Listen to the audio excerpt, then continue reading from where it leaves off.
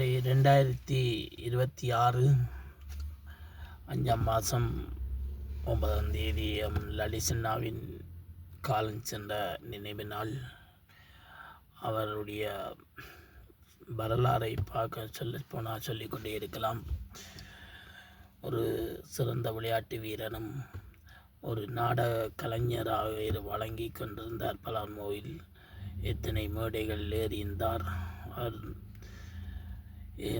அது விட நாட்டுக்காகவும் விடுதலை போராட்டத்துக்காக சேர்ந்து பயணித்தவர் என்று அவருடைய நினைவு நாளை இன்னும் அவருடைய வரலாறுகள் சொல்லப்போனால் சொல்லிக்கொண்டே இருக்கலாம்.